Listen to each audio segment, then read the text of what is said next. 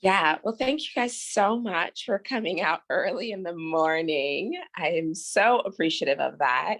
And I'm just so happy to be here. I am originally from Akron, Ohio, and I currently am living in the state of South Carolina in Columbia. And so I started out my food journey of, I guess, activism, you would say, by starting the Pinehurst Farmers Market. And so the Pinehurst Farmers Market really started out of an impetus of not having access to fresh, delicious vegetables in my community. We had a lot of grocery store closures in our community. And so, therefore, we didn't have access to fresh fruits and vegetables, meats, eggs, etc. And I'd read a book about how all the ills of society are based on not having access to food. So if you wanted better schools, increase the food in your schools. If you want less crime, increase the quality of food in our neighborhoods. And if you just want a stronger, more resilient society, increase the food in your communities. And so when I say food, I don't mean just like, Doritos and Cheetos and potato chips. I'm talking about high quality food that allows for people to have nutrients and a sense of place and pride in themselves and in their community. And so, as we know in the sustainability movement, all of those foods would be local, right? They would be regional foods that can give life and breath and really locate us in our sense of place. And so that is why I started the Pinehurst Farmers Market, to allow people in my community to get that sense of place, to have access to high quality food. And then also, it was a gathering place. It's a gathering place where we are able to come together around food. And so I found in my journey that coming together around food has been very transformative, and it allows all of us to come along on the journey on our different walks towards a shared common goal, which is food, which is very, very exciting. And so I really have found with the Pinehurst Farmers Market that it's been an opportunity to gather everyone together, to have a consensus around food, and to have a unity around food. So all of this work was done before the pandemic. So before we were all stuck in our houses for long periods of time. And so over the course of the market, I was making modifications and changing. So one of the changes that I made at the market was allowing people to have the opportunity to pick up their produce instead of having to actually be here during the time of the market. So we had the market on Wednesdays from 1:30 to 3. So that was one of the changes that I had to make, because some people didn't want to gather, right? They didn't want to have to interact with people. They wanted a safe way to still get their groceries. And so that was one of the major changes that I made at the market. And then about a year ago, almost a year, I transitioned to new farmers. So then we had different set of farmers come in, still high quality, amazing produce and veggies. But then the people that came in also had things like jams and jellies and honeys. So these would be value added products. And so that was a big change at the market. And then about 6 months ago, I moved over to the model where I was growing myself. And then I just had customers come and pick up the items that I was growing. And then that gave me more flexibility to do the other kinds of work that I love to do in sustainability, such as event planning and writing about sustainability and consulting and doing speaking engagements and more. And so I still have the Pinehurst Farmers Market, but what I love about the food system is that it's ever evolving. We as people are ever evolving, and the food system evolves and changes with us. Or sometimes we have to change and evolve with the food system or from outside trends or outside market forces. And so that has been my journey with the Pinehurst Farmers Market. And I'm really enjoying this season now of being a grower myself. I've always grown for about 5 years, but mostly for my family. But I love being able to expand and grow for customers and having the flexibility and building that relationship even on a more deeper level. So I'm going to pause right here and see if there are any questions. I'm looking at the room and the chat. I see none at the moment.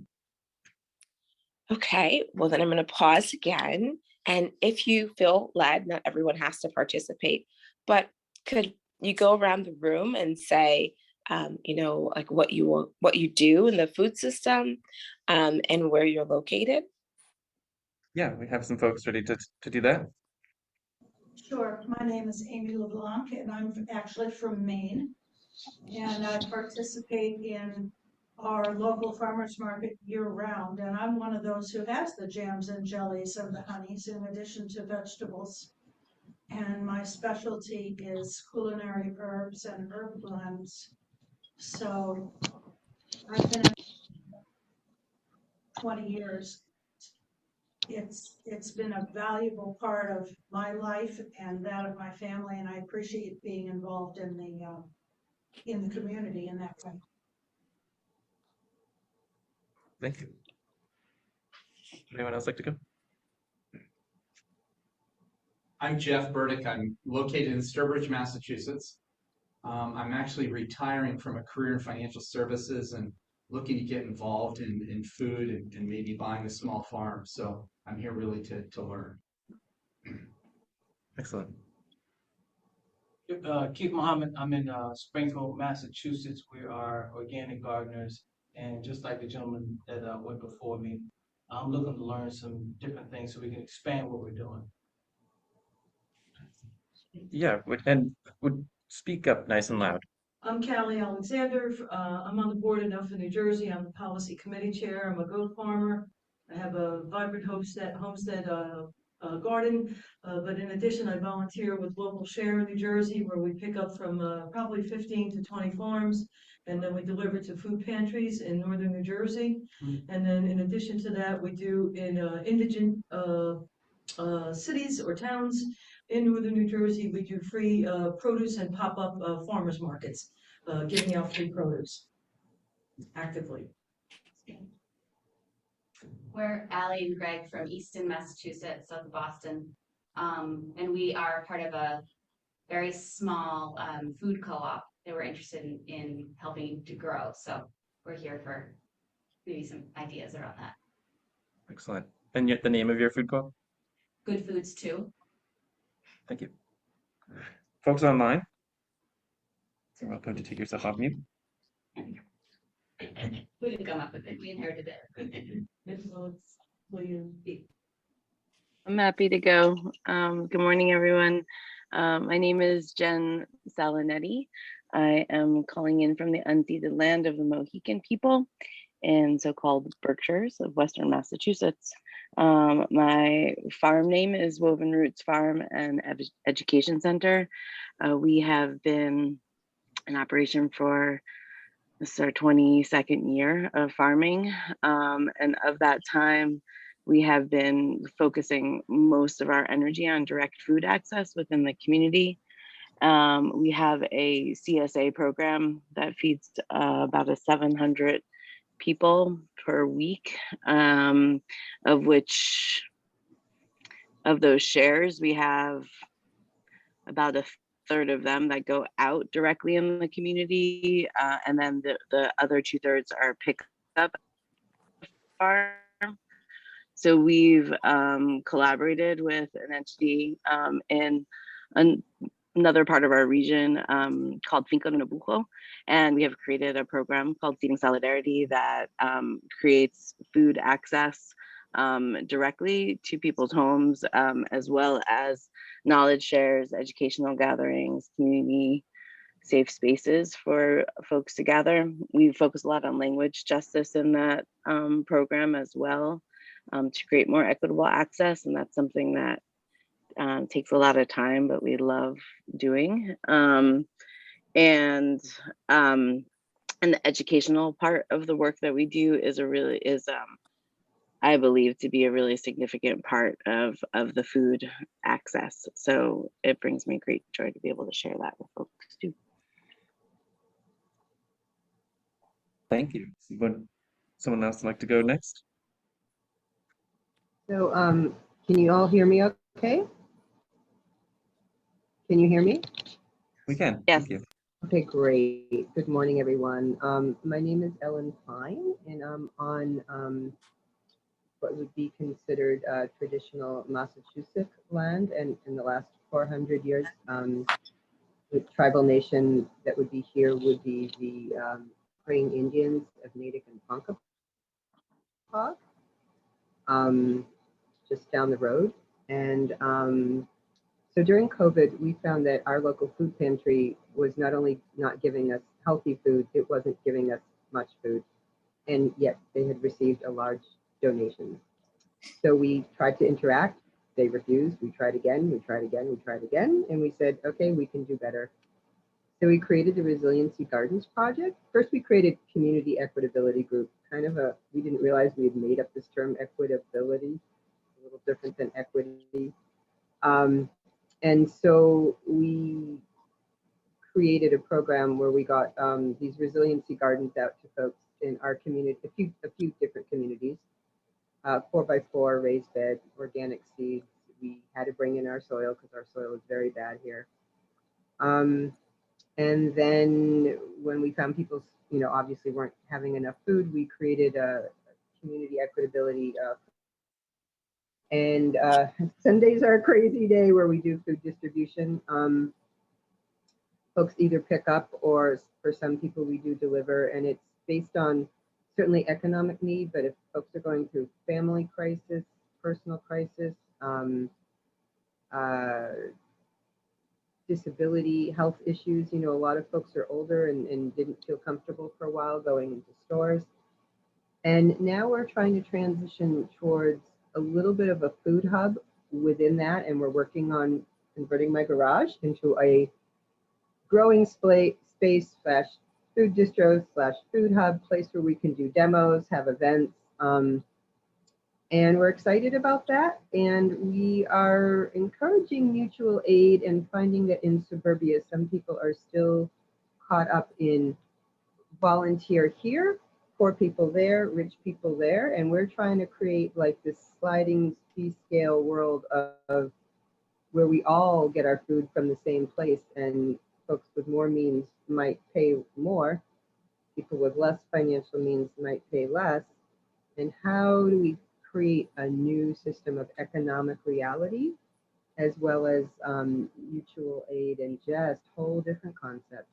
So the work is slow in suburbia. As I said yesterday, I'm in what is now known as Needham, and I said the revolution is not going to start in Needham, but we can have a little bit of increments of it. Great to see everyone.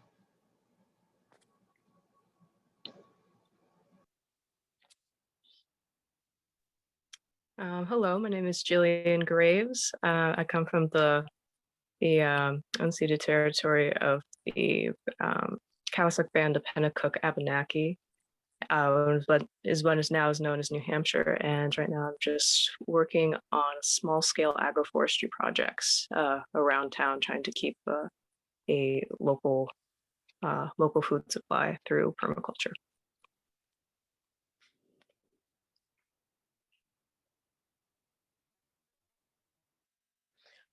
Awesome. Is that everybody? Sorry, my name is Tara. I come to NOFA as a community gardener through a program in Northampton, Massachusetts called Abundance Gardens and Shared Abundance Gardens. That was started by a local synagogue during the pandemic as a way to provide folks with seedlings and compost and startup needs on a sliding scale. And I lived in an apartment and was working in a restaurant and teaching during the pandemic. And I started with a 4x4 garden, and then the following year I had another 4x4 garden, and now I'm part of our community garden.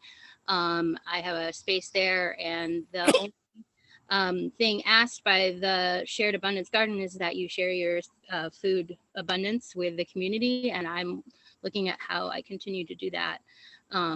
So that's why I'm here today. Thank you. Amanda, you've been waiting. Would you like to go? And perhaps they're not in a spot to jump online, in which case, April, I think we can continue. Hey, well, thank you so much. I really appreciate you guys sharing. I always try to make sure while you guys were writing, I was taking notes. I always try to make sure when I'm giving a talk that I'm really hitting the needs of my audience. I think that's so important. Makes everything easier for everyone. So from the notes that I took, I'm gonna sort of craft and change my talk. So the thing that I think that it's really important to talk about is ways that we can increase our revenue streams so that we can increase the work that we're doing in our communities. And so I think that we can start with the farmers markets. And when we're talking about selling practices, when we're selling, I think that we really have to make sure that we are research-based, fact-based. And I know you guys are in New England, so I'm preaching to the choir, which is so awesome. And why I say that is because in certain regions of our country, we have different views of money, one, how to spend money, how to use money, how to use resources, and then the emotionability, that emotional attachment that we have to money in the spending process. So I'm from originally Akron, Ohio, and Ohioans were pretty frugal, we're pretty tight with our money, and we only want to pay a certain price, right? We're very price conscious. When I moved down to the South, people are not price conscious. They're more feeling conscious. What is your product going to make them? Sorry, your video is frozen. Is there Oh, no. It's a little closer to your network connection? Yeah, let me see. Can you still hear me? Yes, coming in loud and clear. Okay. Maybe if I take the video off for a second, let me try to put it back on. Thanks. Yeah, no problem.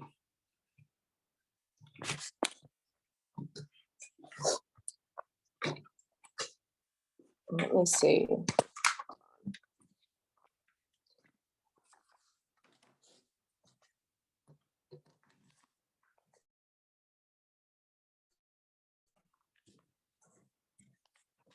Start the video again. Can you see me now? Yes, we can.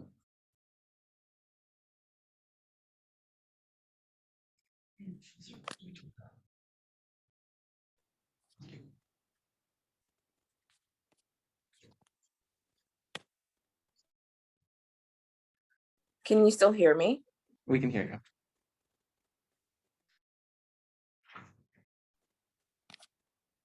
I cannot hear you. Oh, we can hear you. Is your video off? You can hear me. Correct. Yes. It's breaking up. What did you say? I can hear you. We don't Okay. have video. So the thing that you have where you are.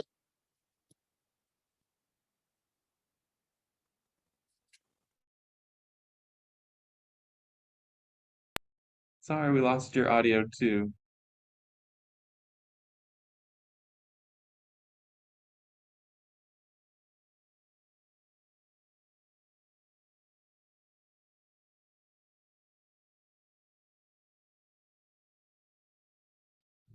If you think logging it out and back in would help solve the problem, I think we can wait. Okay. Can you hear me? Oh yeah, we can hear you now. Okay. I'm just going to take the video off to make sure you can hear me. Does that help? I think so. Thank you. Okay, great. So sorry I can't see you all, but I want to power through this. So we want to really delve into our cultural values, right? Think deeply about the cultural values of the community that you live in. What are the unseen things that are motivating people? Are people very price conscious? Are they very product conscious? Are they packaging conscious? Is it about what they see? Is that what's going to attract them? So I can say for Ohio, I've researched heavily, we're very price conscious, but we also want a really high quality product and we want it to be consistent every single time, same price every time. In the South, they want more of the taste, the flavor. What does it look like? And then also think about our cultural histories. In your region, is there a particular jam or jelly or herb that people have a very strong connection to that goes back to their childhood and goes back to the roots of them as a person? And then really think about ways that you can expand that sort of experience for them. So I'm from Ohio, and in Akron, Ohio, when I was growing up, we ate a lot of potatoes, a lot of potatoes. And then in the summertime, in the spring, fresh corn, really important. We had apple season. We would go out to the orchard, get the apples. We had the cidering of the apples. We had maple syrup. So all of those things are kind of cultural touchstones, I would say, that bring back fond memories for me and many Ohioans in that Akron region. So where you guys are, I'm sure there are a lot of touchstones of products. It could be, you know, a vegetable, it could be a meat, it could be the way you cook the eggs, it could be a jam, it could be a jelly. And really thinking about highlighting that. I think in America, we always say everybody's the same, we're all Americans, which is all true, but we also have such beautiful, amazing, deep, rich histories in our states. And the way that we can come together in unity, harmony, and love is touching on that shared cultural history. And so the thing that I love about the food and the food movement is it really has the opportunity to bridge those divides, right? It has the opportunity to bridge racial divides. It has the opportunity to bridge political divides, class divides. And that is so empowering and so amazing. So I read a really interesting article about how to increase your social outcomes for your children so they can be more successful. And one of those things that they said is that allowing children to have access and relationships with people from different socioeconomic status, class, etc.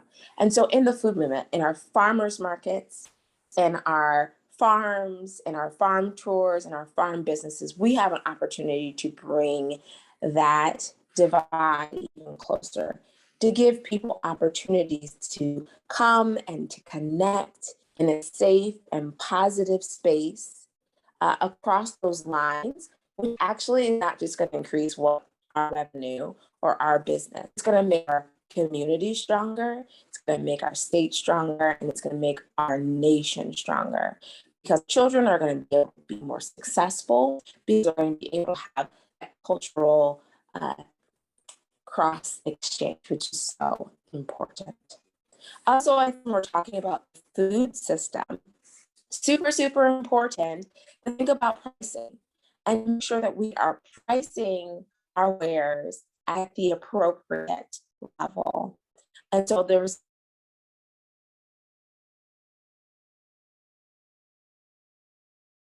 Sorry to interrupt. April, we lost your connection. I know it's starting to warm up in South Carolina. It's really unfortunate, this global warming. And when it starts getting warmer, I have less like cell phone reception, Wi-Fi reception. It just all kind of, it goes down, unfortunately. Sometimes it gets up to like 100 degrees. And so now it's 8 o'clock and it's starting to warm up. But what I was saying is pricing appropriately is very important, especially For women farmers, it's important to make sure that you're really pricing appropriately. There's been research when women are coming to negotiate for their jobs, we aren't negotiating high enough because we don't have the knowledge, right? So I, in my prior life, was a teacher. And so I would talk to my friend Roxanne, and I'd say, Roxanne, how much should I get paid for this teaching job? And so Roxanne's a woman, I'm a woman, and she would say, a certain amount. But really, I should be talking to my friend Barkley. Barkley is a white man, and he's going to have a whole different perspective because he's going to have a different, set of ideas about money and different networks. And so he would have even more information. And so I took that article and I thought that's so true about sustainability and the food system. We need to make sure that you're talking to your farmer neighbor down the street, your farmer neighbor in the next county, your farmer neighbor in the next state, right? To really see what is going on with pricing and how they're pricing things, what's successful for them, what's not successful. And that is going to help you to be more successful as a producer as well. And also sharing information about how you're able to gain more customers, how you're able to market, how you're able to increase the revenue streams for the food system that you are in. So I also am going to talk about organic gardens. I think that we all know, like I just mentioned, we have climate change, and some regions of our country are going to be extremely hot. I can tell you in South Carolina, it is unbelievably hot, and humid, and it's troubling in my soul. And other regions of the country, obviously, we all have been suffering through the heat.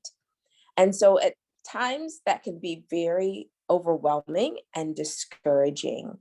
But if you are growing in a garden, or you're growing on your farm, or you're just growing in a potted plant on your apartment stoop, it's important to really start thinking about ways that we can mitigate climate change and ways that we in the sustainable movement have to make modifications and changes regarding our climate.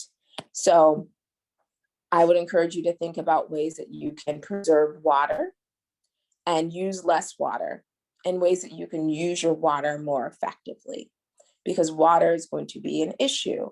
There's parts of Juarez, Mexico, which is right near El Paso. They're in a severe drought where people are only able to use water so many, like three hours a day. And so ways that we can be more conscious of our water use, the better it will be before the trends that are coming down the way. Also, thinking about climate change vegetables. Yes, climate change vegetables. And so really thinking about what kind of crops will I have to make modifications and change to in order to beat the heat. And so really, digging down, researching, seeing what kind of crops are used in other countries that have, high drought conditions or low rainfall, and think about how you can incorporate those crops into your work that you're doing. So my fabulous friend, Chris Smith of the Utopian Seed Project is doing amazing work. He is growing out seeds for Southern Seed Exchange, for So True, and other companies. So you can always reach out to Utopian Seed Project in Asheville, North Carolina, Chris Smith. And he is a fabulous resource for climate change vegetables and crops. So I actually was in a seed trial for him for the Resilient Collard Project. So basically getting a collard green that's even more, thank you person who put that in the chat, even more resilient collard greens. And so really leaning into that, right? Sometimes these things come upon us, but it's an opportunity for us in the food movement to lean into new crops, new vegetables, that are drought tolerant. So I really would encourage you, farmers, gardeners, people who are growing in pots, to really start thinking about that and ways that you can use those crops. So we talked about culture, we talked about values. I also think it's important for us to think about the trends that are occurring in the food movement, and knowing that we are creating amazing food systems that can make our communities more resilient, stronger, better, and more amazing. So I really want to give you guys so much kudos for doing the hard work, so much amazing work about getting the food to people, for the food pantries and the pop-up markets, making sure that people are fed. And I think that we have seen, especially. Sorry, we lost your connection.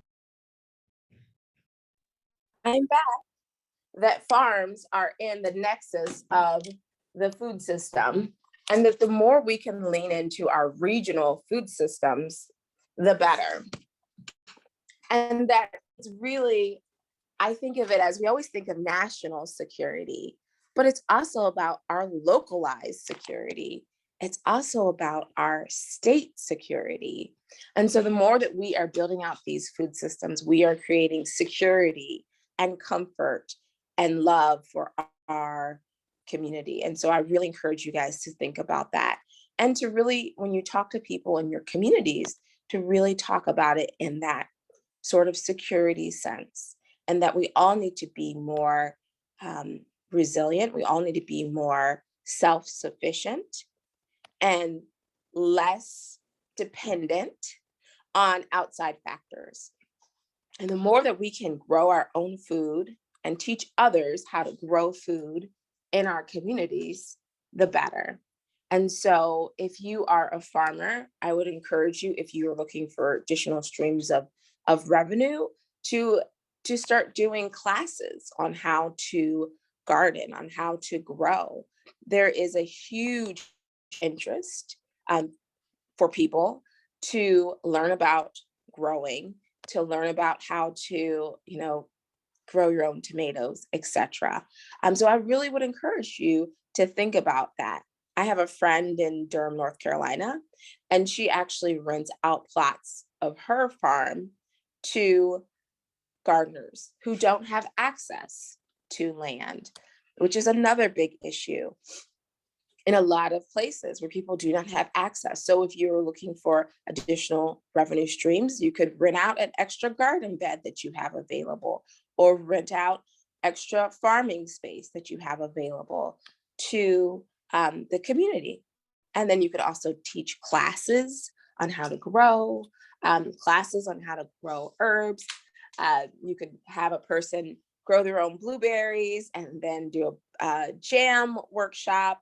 There's just so many ways that we can expand and grow in the food system. But it's also important to look at the trends. A lot of things you think don't always necessarily parlay over into the sustainability market, but a lot of things do. So I encourage you guys to see what's going on in the financial market, see what's going on in other countries, in Mexico, in India, in the UK, because all of those trends start to happen eventually at some point in America. And so the more that we can be prepared in sustainability for these market forces and market trends, the better we will be, and the more knowledge that we will have. I'm going to stop right there and see if there's any questions.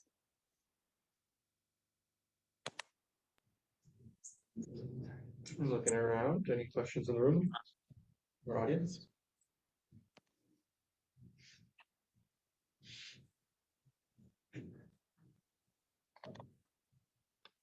Hearing none, I think we may proceed. Okay, thanks. So those are the things that I think are super duper important. I would also encourage you guys to read, which, I mean, I love to read. One book that I would recommend is Building Community Food Webs by Ken Meter, Meter.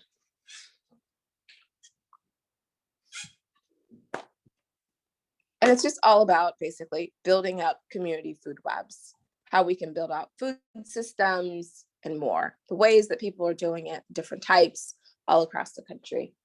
Another book that I would highly recommend is Caste. It's Caste by Isabel Wilkerson.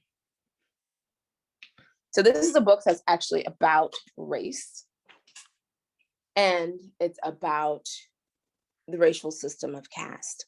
And so that also goes back to the article I mentioned, the New York Times article that most recently came out about social class and how children from different social classes need to mix and be friends, and it benefits all of society.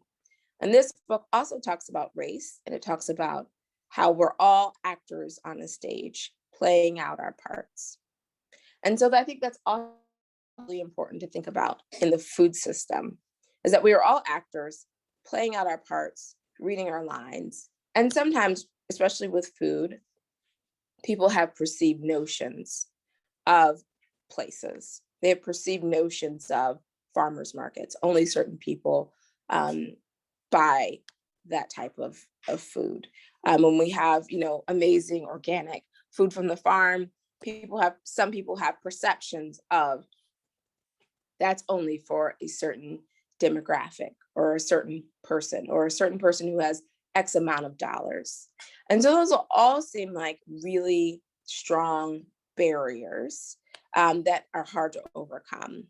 But when we think about it in more of a systematic way, one that helps, two that takes out all of the emotional and the built up tension that we may have around these issues of race, of class, of your political orientation, etc. So it gives us kind of a way to take off the pressure on it. And then also it allows us to think about ways that we can come together. And so, yes, we have different social classes. Yes, we have different races. Yes, we have people on opposite political parties, but we all may be living in a certain city, right? So I'm from Akron, Ohio, and, sometimes we don't all get along, but we all are from Akron. We all have this shared experience of growing up in Akron or living in Akron, being connected to Akron. And so there are markers that connect us all. For example, Goodyear tires. A lot of my grandfather worked there. My friends' grandparents worked there. That's kind of a unifier, right? We've all worked for Goodyear tire. We all are proud of LeBron James, right? He's now a billionaire. He's a great model of Akron-ness, right? Yay, we're all proud of him. So there's ways that we can come together regarding these issues using food, right? We're all from this same small city, and we all like this special way that we make our mashed potatoes. And we know that our mashed potatoes are the best because we make them this certain particular way. And so really thinking about ways that you can connect to your neighbors using regionality, we're all in the same city, we're all in the same state, really helps to build. In the audience. Yes. Steve, would you like to go? Yes, sir. What was your tipping point of profitability of a particular product? In other words, when you brought that product on, it really, really took you up into the right.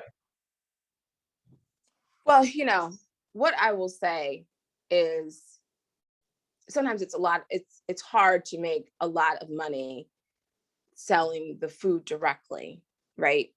So we can have that conversation, just be honest. It's sometimes hard to make a lot of money selling a direct product, selling a kale, selling a tomato. One, I would say you need to price it appropriately, right? So maybe price a little bit above and see where you go with that. Secondarily, it's the storytelling. What story are you telling about your tomatoes, right? Or your kale?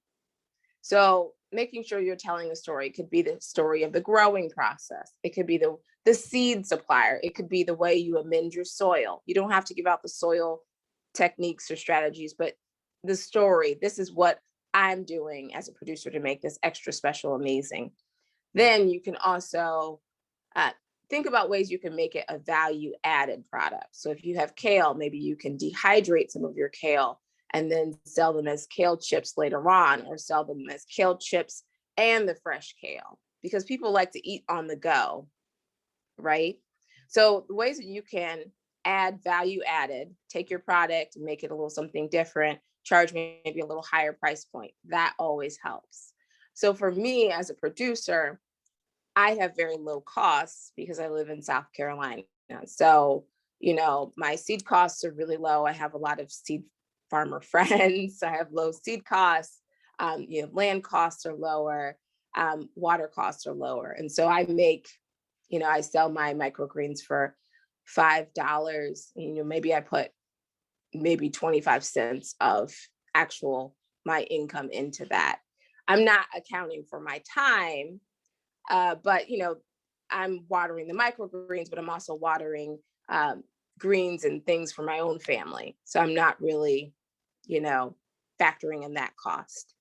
But I feel like the microgreen cost is really low, but it's also because I'm in South Carolina and the microgreens aren't quite as popular as, say, a muscadine, which is basically a grape variety, which are very popular here.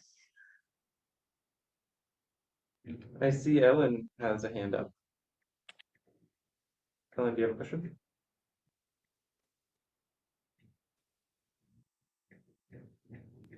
Hi, sorry, I couldn't unmute. So my question is about, mutual aid. And also, I run a resiliency gardens project. So we are not charging for a particular vegetable product, but we ask for money for our program with a really wide sliding fee scale. And part of the stipulation that goes with that is that each family has to offer 3 hours of mutual aid over the course of a year. And some of the things are like you can pack seeds at home while watching TV. Like very basic stuff. And other stuff is like shoveling dirt. So my question is, we've had a hard time getting some folks to really understand mutual aid versus volunteering. And that every family has to participate in one way or another, whether it's a family of 1 or 0. Or I should say 6 or 7. And so I'm just wondering if you have any thoughts about that. We do take into account that some people work a couple of jobs, some people are ill, and yet some of those folks are still able to participate. It's just a weird kind of thing. So I'm just wondering if you have any thoughts there, because that's how we're able to keep our prices low and not put as much burden on me. And I'm disabled in several ways.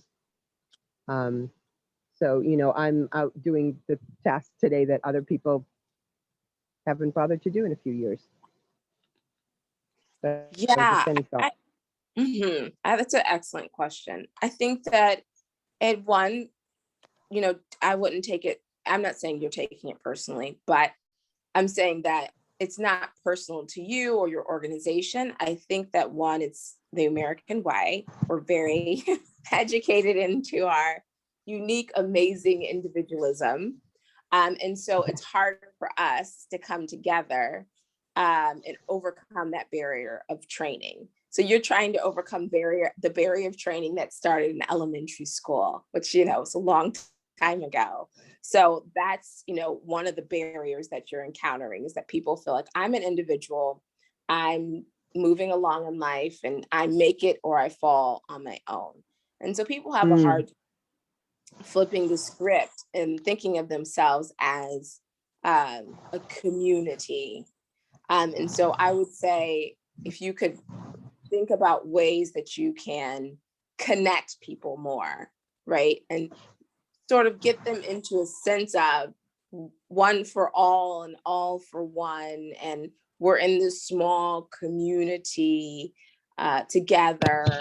So that could be maybe this is just thinking off the top, like sharing recipes, right? Can we all share grandma's recipes and like emailing one recipe per week or something?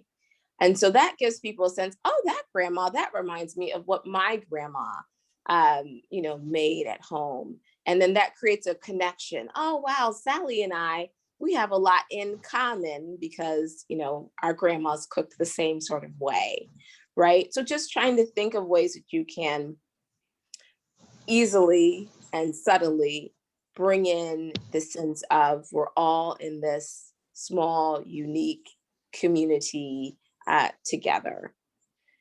And then also, doing rewards. We actually did that a little bit around, we did a big thing on how we were all celebrating, many of us were celebrating the holidays in the spring. And there was recipe sharing, and I'm going to say it was very, very, very successful. So just from a little bit, and I want to find ways to do that a little more, as you said. Yeah. So, I mean, how it is with the food movement, there's always, it's like the work never ends, right? But the thing that you can think about is when you're building this stronger, more amazing community, right? You're building your city, right? You're building your county, you're building your state. And the more that we can be more connected and more, in harmony and love and knowing that we have these shared values, this shared tradition, the shared way of how we're going to live our lives, right, as a community, the better it is for everybody, right? If we can increase our high quality foods in our communities and access, we're doing ourselves a favor, right? Our kids are going to be able to go to school, they'll be able to have higher educational outcomes, we'll have lower crime. I mean, it just better health outcomes, so lower health costs, right? That our community is going to have to bear. And so we're really helping ourselves. And so in these trying, difficult, tenuous times, it's a really opportunity for us to come together and solve our problems using food. So I encourage you to keep the faith. You're doing amazing work. But that's what I would say, just do some more community building. Thank you.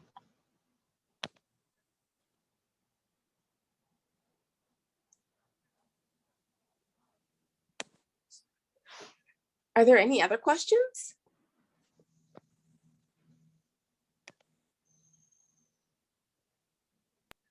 I think that's all for now.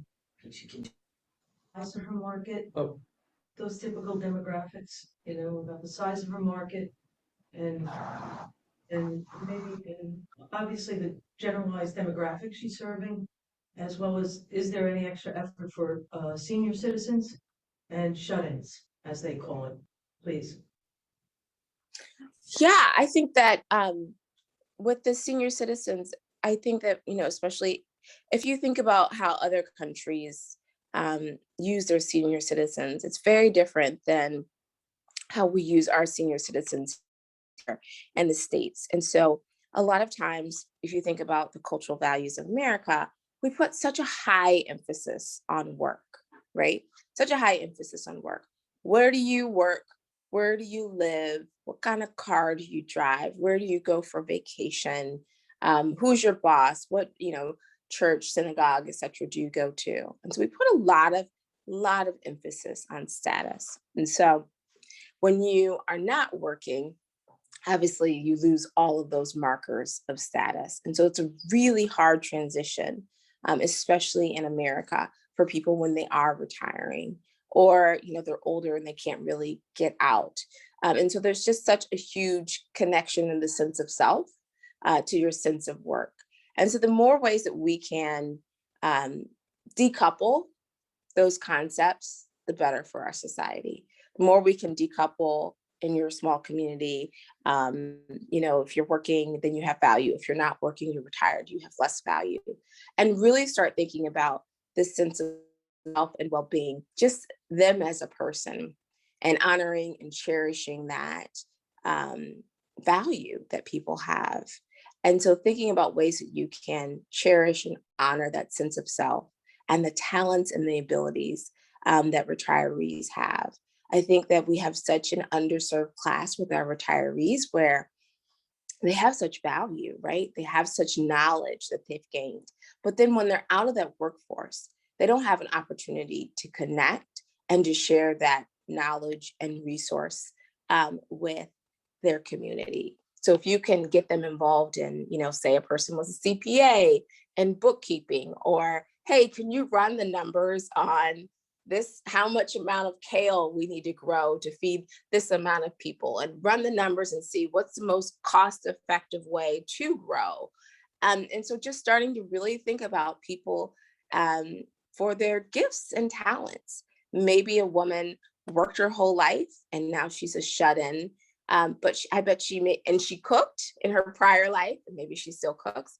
She has recipes. What's the best way that you found to cook kale? And we're trying to we want a recipe that adds a little flavor, but not a lot of calories. So should we use onions, garlic, shallots, or should we just use the shallots? Are they the sweeter of those items? And so really starting to parlay and use these people as resources because they are there and they're available. And then also crafting the conversation that they have value, they have knowledge, they have power and ways that they can get involved in the community, especially in certain parts of our communities. We have certain parts of the country have a large amount of older people. So in Akron, Ohio, we have a large amount of older people, but a new trend is coming. Young people are moving to Akron, Ohio. So, hope abounds anew. But, some areas have a lot of older people, and that's fabulous. That's great. They have a lot of wisdom and knowledge that they can share. And so we can think about ways to deeply activate that knowledge and to deeply activate that sense of self. And also, if we in our communities can get more out in nature, those older people need to get out of their house to a garden and get into that soil. And it's improving their health, their psychological health, their spiritual health, their physical health. And so the more that we can increase people having the opportunity to touch soil, to get out to farms, to get some fresh air, to get connected with nature, the better.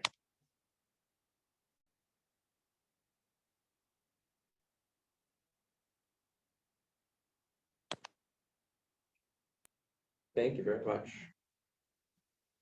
I don't see any. Oh, I do see another hand. I think part of the previous question was about the demographics at the market that you are serving right now.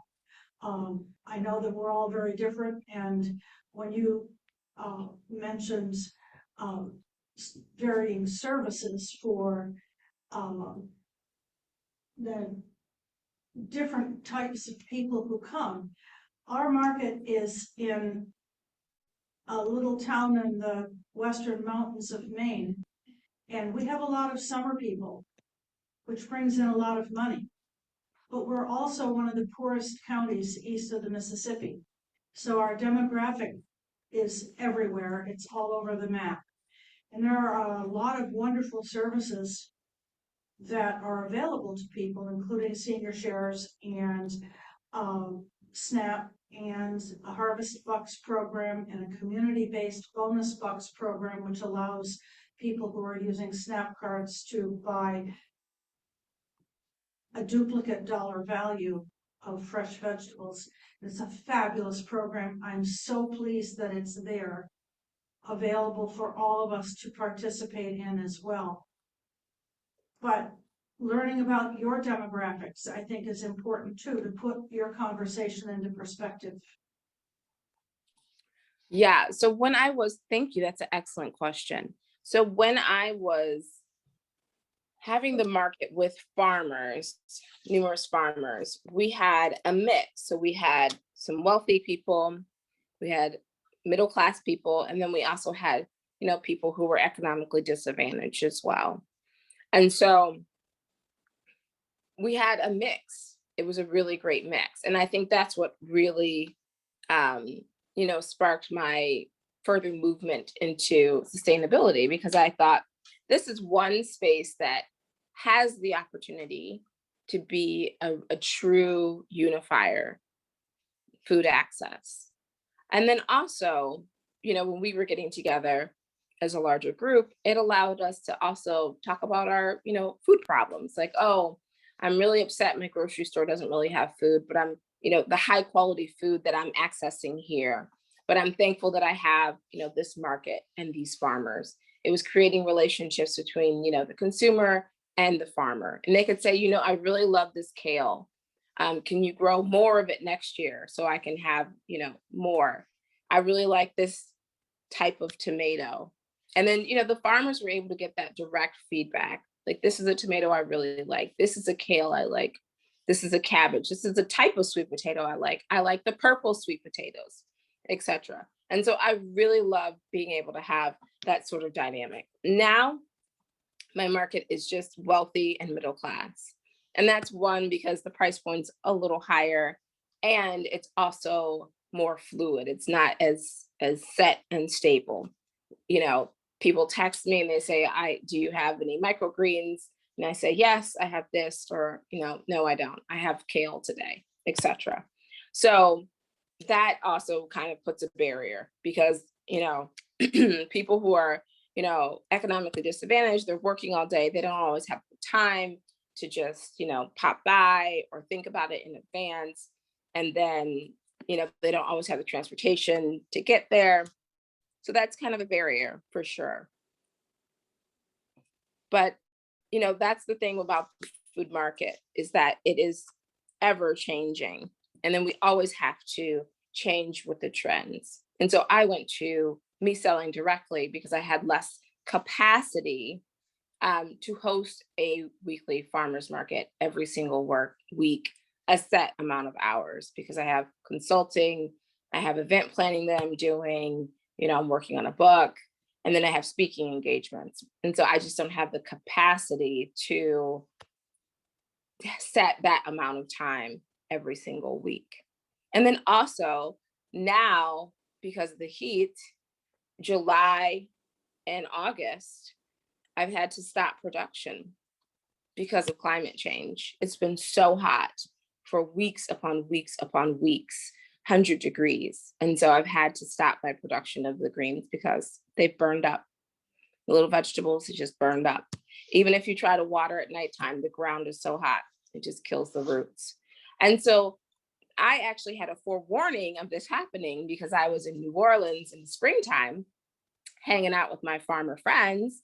And we were sitting down at the farm, eating some delicious, I think it was kale. And I think they had some sort of fruit that was amazing. I think it was like an orange, some sort of specialized orange. So I was eating my specialized orange and some kale. And my friend told me, oh yeah, July and August, we don't grow. Climate change has got us. It's too hot. The plants don't make it. And so we just take a break. And then we come back, late August and start again. And she said, I used to start my seedlings and put them outside after January. She said, now because of global warming, I can put them out before January. So I get a little head start. And then, July, August, I have to give it a break and then come back. And I thought, oh, South Carolina is not that, close to New Orleans. But this year I had to do the same thing.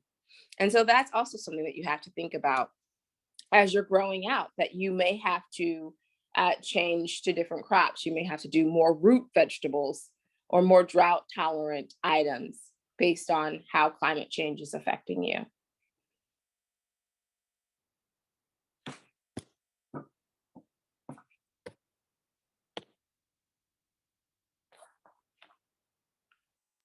Thank you.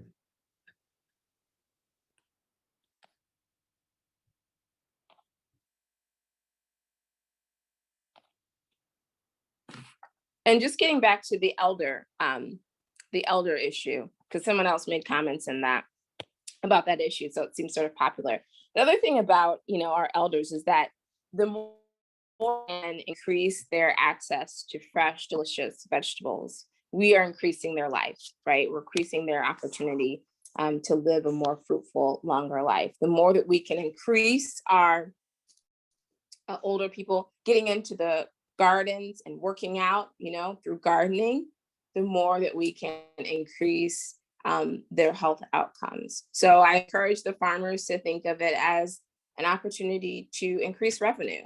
Maybe do an older person or elder, as someone said in the comments, do an elder program where they learn how to garden and they increase their health outcomes through the exercise of gardening. They learn how to grow their own food and they can share their recipes right around the food. And so really thinking of our elders as a customer base and ways that we can activate and engage with them more, and increase revenue also for our farms, for our gardens, for the community work that we're doing.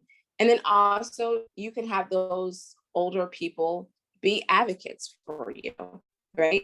Reach out to other older people to join the crew, right? Join the older person crew of sustainability, or to bring in donors for your program, or to bring in new participants in your older person farmer program.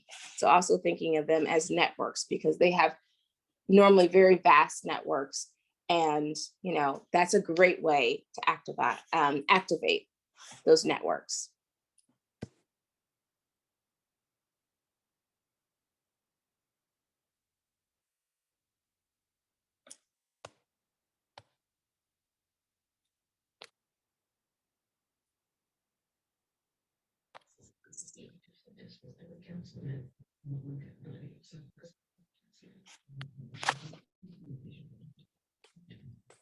Are there any other questions? I couldn't quite. No, not right now. Okay.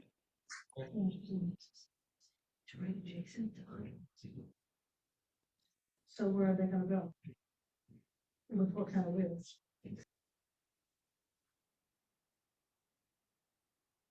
Did someone say something? No, I think that we're ready to keep going if you'd like. Okay, well, thank you guys so much for reaching out and asking those amazing, fabulous questions. I hope that I was helpful and that you learned something to increase your food system work, and that it was a fruitful time for all of us. Feel free to reach out to me at Pinehurst Farmers Market on Instagram. And I hope you guys have a fabulous rest of your day. Thank you. Thank you very much. Thank you. Thanks. Thank Have a you good so day. much. Anytime. Yeah.